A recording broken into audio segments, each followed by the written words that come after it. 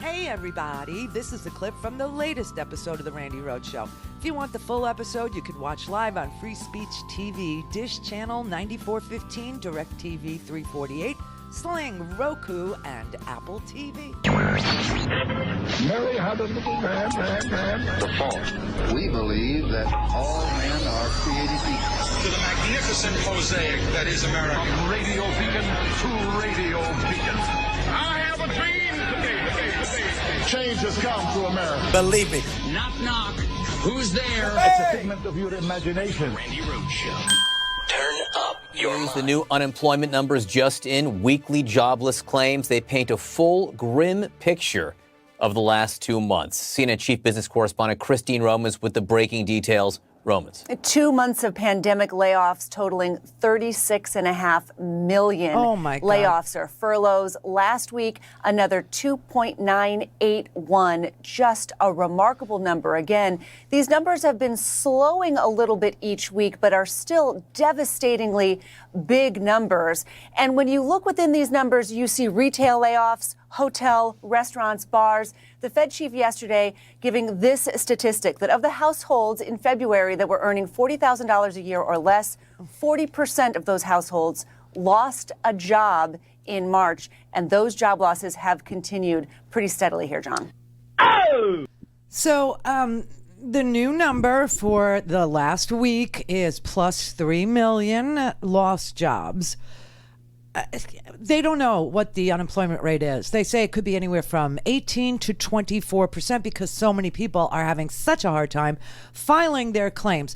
And then today, we finally heard from the man that I've been telling you to watch for his testimony, Dr. Rick Bright from BARDA, which is the Biomedical Advanced Research and Development Authority, which most Americans don't even know exists, inside of the Department of the National Institutes of Health and the Department of Health and Human Services. And this man lost his job along with a lot of other people and decided to file a whistleblower complaint. And so today he was testifying under, we don't even know. I mean, they were so disorganized today. The Republicans objecting. Is this a whistleblower hearing? Is this an oversight hearing? Swear in the way. You don't need to swear in any way. Lying to Congress is a crime. We all know that, okay? Just ask the whole Trump administration. But, we would be much better off if not only the 36 million unemployed had their jobs back, but if Rick Bright had his job back, his original job. Now, he was transitioned out of BARDA and given a lesser position over at the National Institutes of Health. And he actually, we found out during this hearing, is ill himself. He has hypertension. He's got very, very high blood pressure due to stress from watching his entire life's work being squandered and frittered away by the Trump loyalists, by the Cult 45 death cult, by the branch COVIDians that are inside the Trump administration, and by Donald Trump's lies. Just trashing this man's entire life's work, sort of like Anthony Fauci, too, watching 40 years of his efforts, doing things like curing AIDS and coming up with a vaccine for, H1N1, swine flu, and, influenza vaccines, all kinds of stuff. So he lost his job as the director of the Biomedical Advanced Research and Development Authority because he basically refused to use it as a front for Donald Trump's organized crime, which, oh God, I just hope and pray will be prosecuted under the RICO Act once he leaves. This is what I've been saying all along. This is a racketeering, influenced, corrupt organization. The Trump administration is. It's sort of like, think about, it's worse than waste management. Waste management, they use their stuff as fronts for mob enterprises, but at least they pick up the trash, you see. Donald Trump uses his organization as a front for his organized crime, but he is the trash. Let's put it that way. He is the trash. It would be like if the mob took over the American Cancer Society. So let's begin now with, some of Rick Bright's opening statement, because while he is calm, cool, and collected, and very, very professional, and non-dramatic, he did not mince words. We are facing a highly transmissible and deadly virus which not only claims lives but also disrupts the very foundations of our society. The American healthcare system is being taxed to the limit. Our economy is spiraling downward, and our population is being paralyzed by fear stemming from a lack of a coordinated response and a dearth of accurate, clear communication about the path forward. Americans yearn to get back to work, to open their businesses and to provide for their families. I get that. However, what we do must be done carefully and with guidance from the best scientific minds. Our window of opportunity is closing. If we fail to improve our response now based on science, I fear the pandemic will get worse and be prolonged. There will be likely a resurgence of COVID-19 this fall. It'll be greatly compounded by the challenges of seasonal influenza. Without better planning, 2020 could be the darkest winter in modern history. Holy crap, man. I told you, I had his opening statement, and that is it. That is part of it.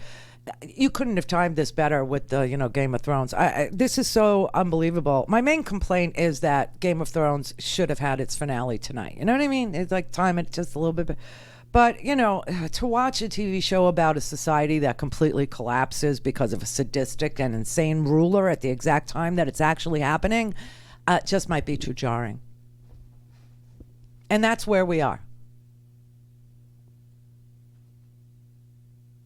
Game of Thrones maybe was a good warm-up for the Donald Trump administration and of course they didn't have a Trump character. I mean, they got King Jeffrey. He was a nasty little turd, but Jared is more like a bland, infuriating turd. So there's really no Trump character, because who wants to watch, a show about an evil dimwit that actually could, bring on the winter?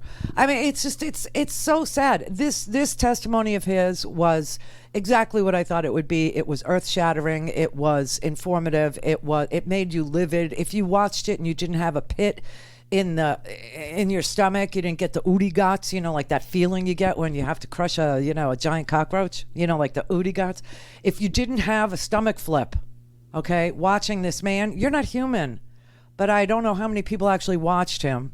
This is the other part of his opening statement. Without better planning, 2020 could be the darkest winter in modern history. First and foremost, we need to be truthful with the American people. Americans deserve the truth. The truth must be based on science. We have the world's greatest scientists. Let us lead. Let us speak without fear of retribution. We must listen. Each of us can and must do our part now. On Tuesday, Dr. Fauci delivered a message in a voice that is clear and trustworthy as he encouraged us to act with caution as we return to our daily lives. We should listen to him and other scientists sharing their expertise. While waiting for a cure and a vaccine, which I believe will come, there are things we must do immediately.